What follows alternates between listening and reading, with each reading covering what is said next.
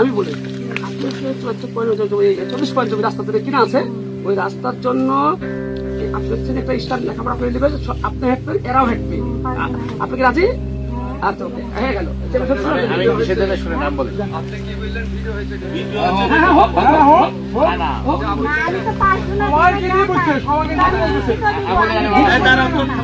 বলে বাবা শুনেন, আরে বাবা শুনেন, এটি হচ্ছে আল্লাহ মানুষের রাস্তা দিয়ে আল্লাহ শুনেন আগে। সেক্ষেত্রে আমরা আজকে আপনার সুন্দর ভাগে দিলাম, যেটা সব আপনার মন মানসিকতা ভালো, কিন্তু যখন আপনি থাকবেন আয়োজন আসবে তো আমার মাথা দেয়নি নাম বলি, আমি বলি তারপরে উভয় পক্ষ মিলে একটা স্টাম্প করলে সবচেয়ে ভালো হয়।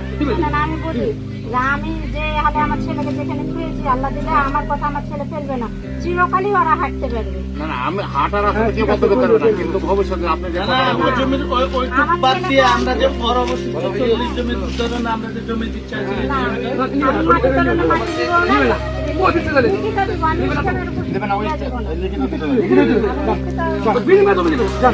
বিনিময় জমি তো আমরা শুরু করে দিতে চাইছি, আপনি রেস্ট দিবেন না, আপনি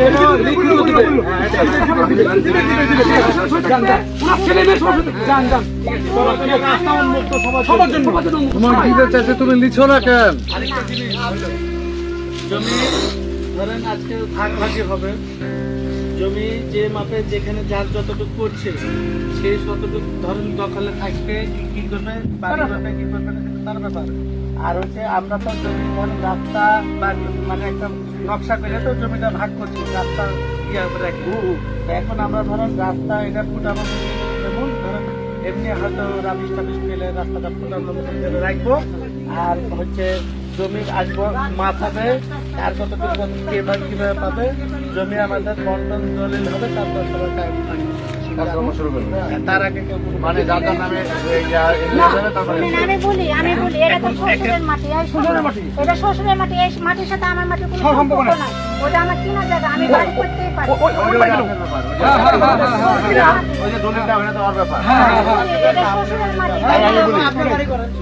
জমিতে যদি আপনার শ্বশুরের আপনার দাদার না বাপের যা হয়েছে আমার বাপে, উনি তো বাপের জমিতে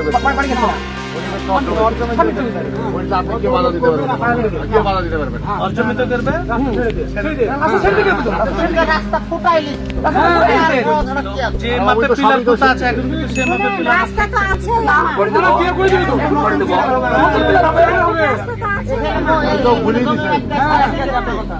এখনই সব করবে।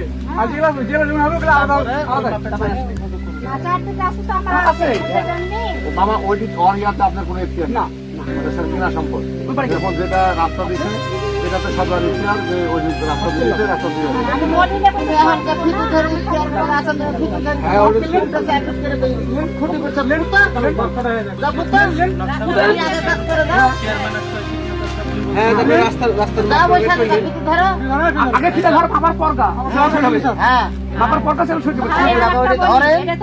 আরে ভাই ওই যে কাজ চলছে, কাজ চলছে।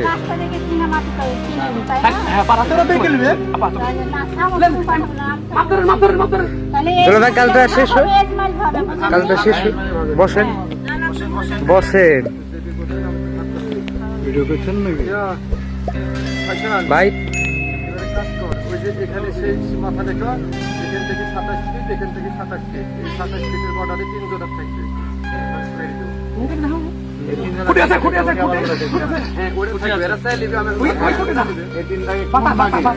কোন দাগের অংশ কোন পার উল্লেখ করবে, 65 দাগের এক দাগের উল্লেখ করে দিবে, সব দাগ নকশা উল্লেখ করে দিবে।